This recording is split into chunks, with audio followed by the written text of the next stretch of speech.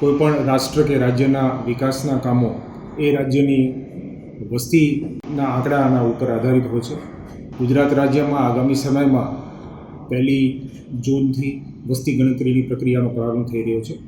વસ્તી ગણતરીના આંકડાને આધારે જ સરકાર દ્વારા વિકાસલક્ષી આયોજનો કરવામાં આવતા હોય છે, લોકોને વિવિધ યોજનાઓના લાભો પહોંચાડવામાં આવતા હોય છે.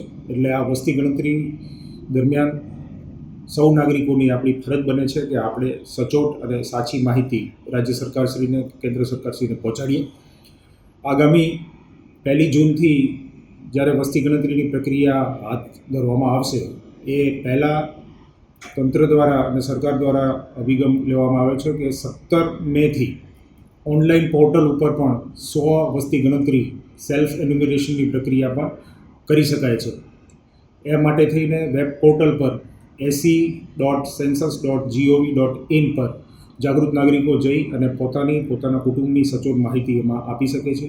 દાહોદ જિલ્લા પોલીસ અધિક્ષક તરીકે હું દાહોદ જિલ્લાના તમામ જાગૃત નાગરિકોને અપીલ કરું છું કે આ પોર્ટલનો ઉપયોગ કરી તમામ નાગરિકો એ સુવિધામાં ઉપયોગ કરી અને એમાં પોતાની સાચી અને સચોટ માહિતી મૂકે, જેથી કરીને આ રાષ્ટ્રીય કાર્યમાં આપણે સૌ સહભાગી બનીએ.